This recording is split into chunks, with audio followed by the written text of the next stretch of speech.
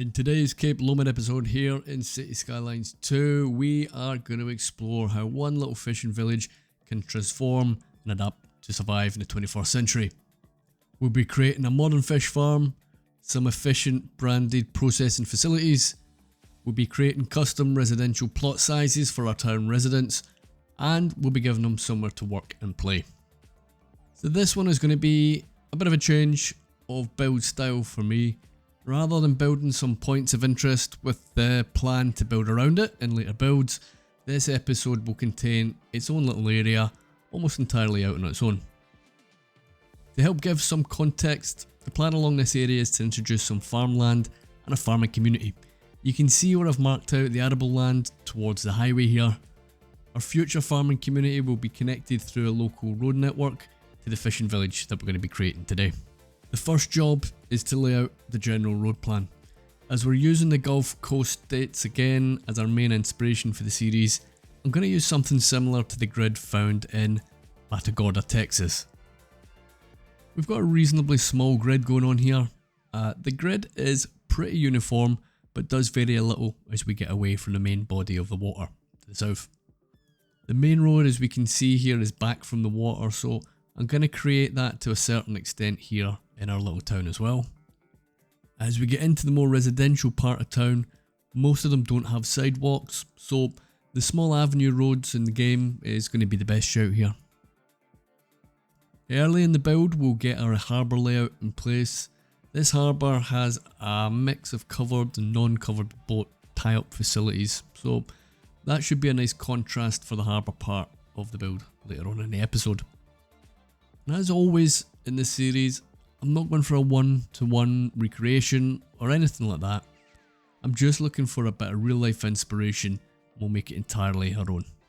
The real life town doesn't seem to have much in the way of a built up waterfront, but I think I'd like to create one and give this town a little bit more going for it rather than just fish.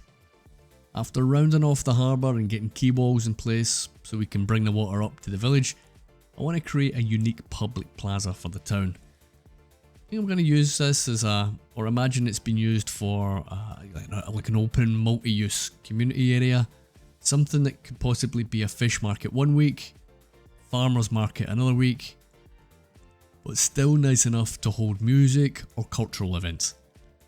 I like to think that this was an investment or a gift from the owners of the commercial fish facilities, something of a give back to the community, but also they're not stupid. It's a bit of a destination and they can sell their wares directly to the public for some higher margins as well.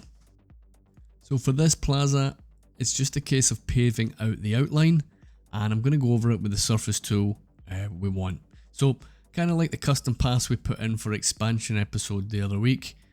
And I'm no artist, so being able to snap onto these paths really does help me. With the main themed paving in place, it's just a case of getting the surrounding contrasting paving in place as well. After getting it in, I reckon it might just be a bit too big. So I'm going to keep it in for now. Once there's development around it, I'll be able to adjust that area later if it's necessary, I reckon. And on to our modern fish farms. I've been looking to get these in for a while. Initially I was looking to use the water treatment upgrade. I think that's what it is anyway. It looks entirely perfect once it's sunken into the water. Unfortunately, once it's placed in the water, it will be destroyed due to flooding pretty quickly. I don't believe there's a mod to prevent that, so I need to have a look at something else. If anyone knows of a mod that can fix that, let me know in the comments because I'll swap them all out. So I've used the netlane wall available in the extra detailing mod and we're going to use it in conjunction with the asset variation changer by Mimonsi. This will let us consistently control the variation or the colour of the asset we're using. This doesn't just work for props, it works very well for buildings or whatever else you're using. It's a simple mod to use. You just use your arrow keys to change through the colours. It won't cycle if you have the asset stationary, so you just need to keep it moving while you're using the key. The great thing is, when you want to use the asset again, the colour will persist, it will still be there. Such a big time saver when you're detailing, so thanks very much Mimonsi, perfect. With the sea farm facilities, it's super simple. After drawing out a circle using the continuous curve tool, it's just simply a case of moving them into position. We move it. The marquee tool is super useful for selecting multiple assets or objects. And as always we move it, it's just page up or down and we can adjust the height. And I want these just sticking out the water. I couldn't figure out why these things look so much brighter as I move them over the water. Strange, but not the end of the world. We move on. Final positional adjustments required now, so again, on with move it. I mean, just fine tune the spacing and the position of each one until we're happy with it. So for me, it's obviously lacking the detail I'd like, but it doesn't look too bad at a distance. We'll run with it. I think it's time to get the water in now. So just a case of picking the height that'll look good for the harbour and the waterfront. I'm looking to get it sort of fairly shallow here in the water. I don't want any crazy drop off, so it's important to get it smoothed out and we'll get it all looking nice and natural. Lovely, let's get this bit sorted. Didn't notice this dip at the front, so we'll fix that now. I'll need to extend the land back out beyond the original front, so we'll get that over the water and we'll just draw it back in once it's flattened. We'll need to get that underwater terraforming done back again and we'll get it tidied up. And I think that's a good starting point for the waterfront. Remember, we can just adjust the plan as we go along. We had some weird stuff going on with the key walls, so let's fix that before I forget. A couple of road markers will be needed here, and it's just a case of upgrading or downgrading the section we need. It's not perfect, but it is better than it was earlier. Let's get some buildings up and running now. I'm going to start with our commercial strip. This is the main road running through the town. It will have the commercial concentrated on it. You can see that in Matagorda and hundreds of other small towns in the US. I'm looking for a good mix of zoning, plot sizes, and I want this commercial for the main part facing the main road. So I'll need to draw some paving and delete and rebuild some of the roads. We'll force the zoning onto the direction that I want. For our residential, I plan on creating the whole town on custom plot sizes. This is something you can't do in vanilla, but the idea here is to zone in low residential density and remove almost all the fencing and hedging assets that come with the asset that grows in. You can either remove the object through dev mode or the better bulldozer mode. Obviously the bulldozer mod is a lot easier to use, so that's what I'm going to be using here. For this to work, you'll need to space the buildings out within your grids. That said, I'd recommend still having some close together, as there's a good mix of plot sizes and spaces between the homes in the real life town. I'm going to keep it a bit more tightly packed towards the back of the commercial here, for example.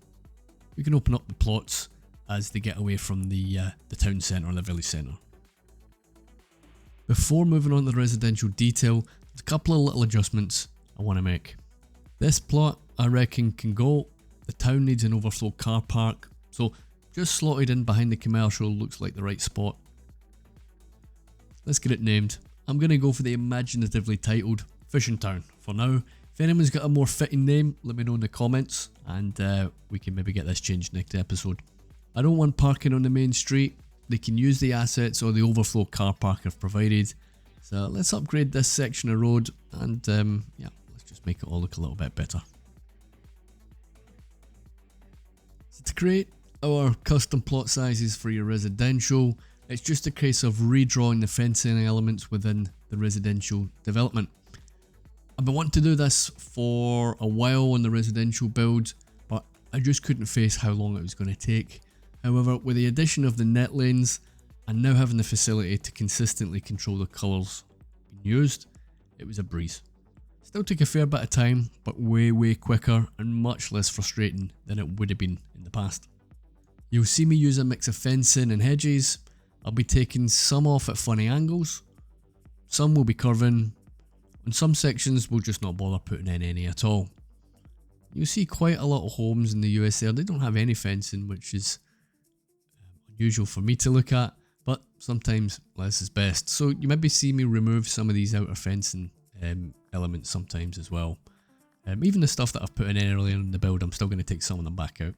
The consistent barriers are having these fences and walls, it just didn't quite look right. So especially as we go towards the area at the back, I think removing them really did open up the area, which was nice to see. I guess there's a bit of trial and error involved here, and it was kind of fun working it out. I'm going to apply this technique to all of the residential plots, so let's crack on with that.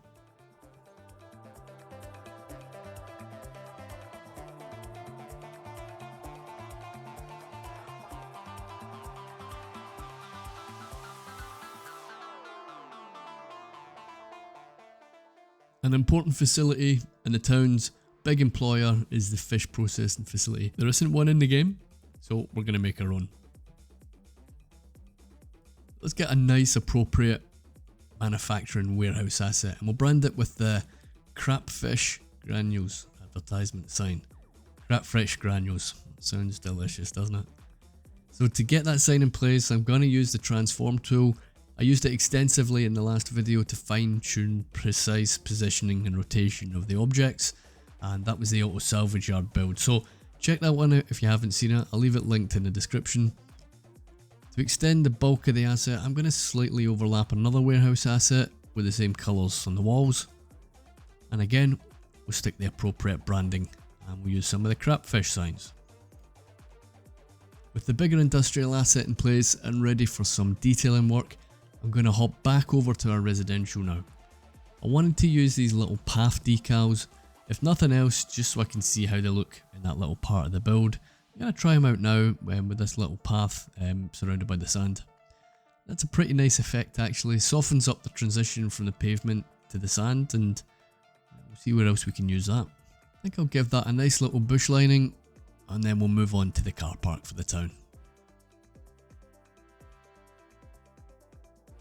With this car park, I want to try and create the effect of a small town, you know, kind of basic looking car park. Nothing too shiny, nothing too fancy, no electrical chargers or mega bright road signs, maybe just a kind of slightly more run down type of car park, I suppose is what I'm looking for here. The gravel with the blended edges are great, they look really nice, don't they? Don't need to work on getting these edges look more natural, pretty much good to go, perfect.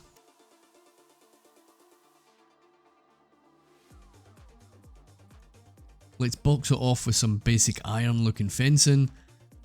Kind of looks slightly rusted, which is perfect for what we're looking to achieve here. So this surface from Sully will give us some wonderful texture to our grass outlined area, and then we can add some very basic signage to the entrance.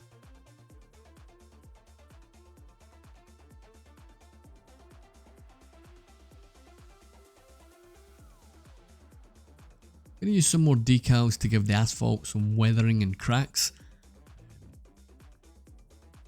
This will give the completed build a more realistic look, and the nice thing is that you can get all of these little bits of detail in the car park done pretty quickly. And I don't think that's a million miles off what you might find in real life. Super happy with the way that one turned out, it looks really cool. Now I'm going to move on with the most time intensive part of the build, and that's getting the residential plots finished and detailed. Most of the fencing, we've done that already, and they form the basis of the plot sizing if you remember. Now what needs to be done is dragging out the surfaces to fill the plots. You'll have seen me do that before, mostly to commit or to fit rather commercial or service areas, you know, in awkward spaces. See here we've created the awkward spacing ourselves with the fences and the hedging layout.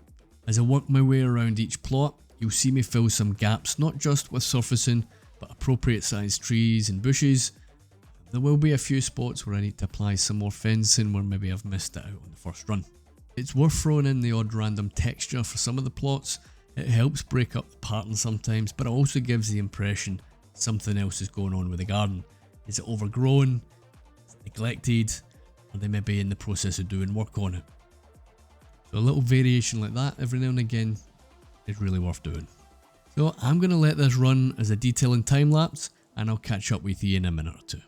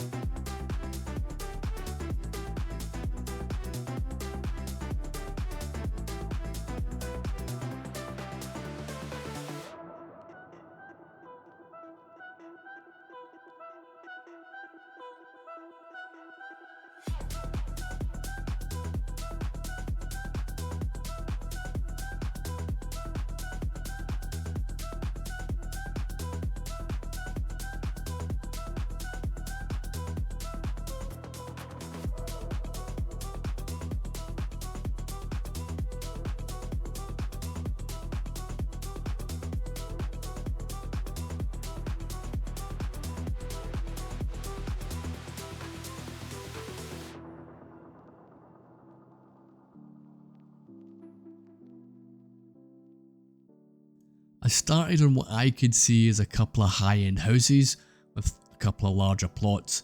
I envisaged this as perhaps maybe the big business's owner's housing, maybe they have their family next door perhaps. I wanted to give it its own access road, make it look a bit fancier and a bit more spacious than the others around it. Having a big driveway here I think makes some sense.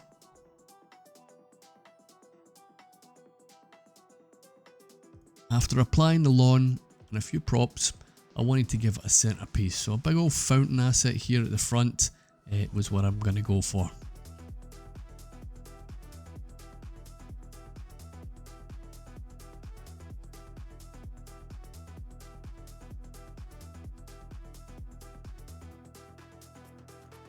Once I had the trees in place, I was happy with the build, but honestly, having it right next to the factory, it just wasn't the play. It kind of spoiled the view. I imagine the smell might be something else as well. It kind of made sense, as you'll often see family homes next to some big facilities like this, you know, if it's a family business, but it didn't fit in making the home, you know, as grand as this next to that type of facility. So I got it moved out, got it relocated on the other end of town. If you're going to do this yourself with Move It, just remove the roads first or they'll be dragged over with you. It can cause a few issues. So over here near the water is definitely a better fit. I'm not going to build anything in front of it so they can get some interrupted views of the water. They get some interrupted views of the fish farm as well. I think it makes more sense having it down here, doesn't it? I'll need to pop the road and the surfaces back in, but that's an awful lot quicker than bulldozing and rebuilding, isn't it? For the waterfront, I need to add the harbour piers. A mix of covered and non-covered, I think I mentioned that at the start, is what we're going to have a look at here. And it's just the same as the town that we're basing it on. Not too sure about the slope on them going into the water. Might redo that off camera, I'll see. Putting in this road close to the fishtail paving, I want to reduce the size of that paving area here and maybe use some of the land for a little bit of a basic park facility, which we don't really have in the town. The overall size of the custom paving was just too big, it was just out of scale, so slimming it back down a bit should look a little bit more appropriate for the town of this size. Once we have a few more buildings in this side of town and a bit of detailing in place, it will come together, so don't worry about that. Also trimming off a section from the waterfront side too, and that should help me achieve what I'm looking to do here. And that is much more like it. Lovely. Perfect.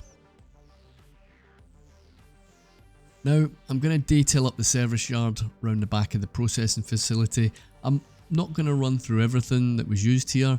If you want to run down on how to get any of the effects, check out the junkyard video again. It's all broken down on that one. For this one though, I'm just going to do a super short time lapse and we'll get it wrapped up.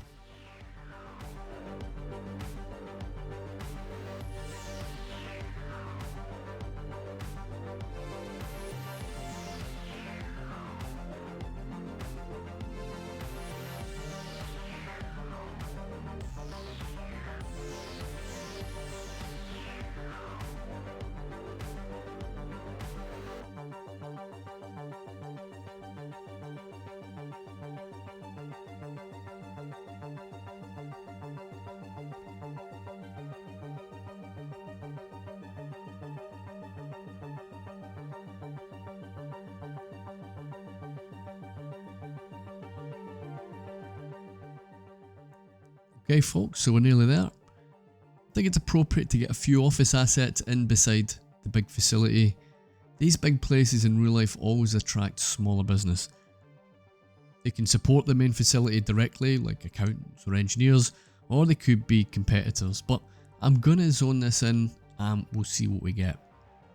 I'm going to pop in a few more assets of various sizes and then we'll box them all off without the fencing, just like we did the residential plots.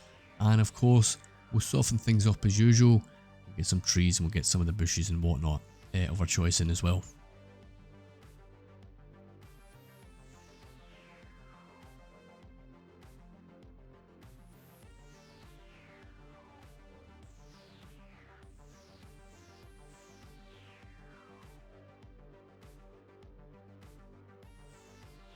One last detailing tip for you guys: if you're using the pedestrian path as a key wall, and assuming you have the vanilla textures, that is, you're not using any custom themes, you'll get a bit of a gap forming at points. I don't think it's really avoidable.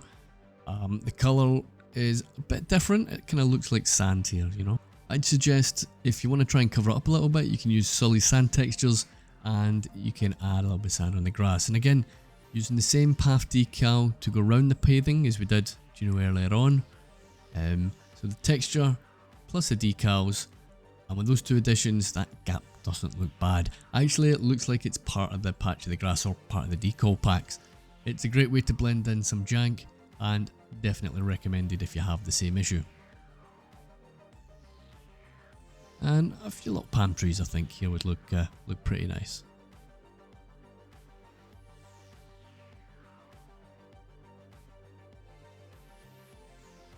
Now, we mentioned earlier on that we're going to convert this area into a little park area, so let's get that done.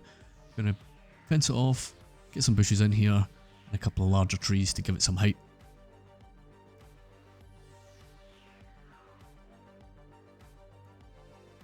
To make the village blend into its surroundings a little, we're going to surround it by some forest brush. Then we're going to move on, and we're going to finish up with the big paving area as well. So we'll give it some bushes, some benching, some shelter areas where we can have some events. That should make a quite big difference. So there we go, a slightly gentrified fishing village. I think it's a good addition to the series. Later in the build we'll have some opportunities to connect it to that rural town, so make sure you're subscribed for that. I'm going to leave you guys with some nice cinematics now and a couple of cool shots. Thank you so much for watching, and we'll see you in the next one. And as always, thanks to my Patreon and YouTube members, your support is really appreciated. Thank you very much.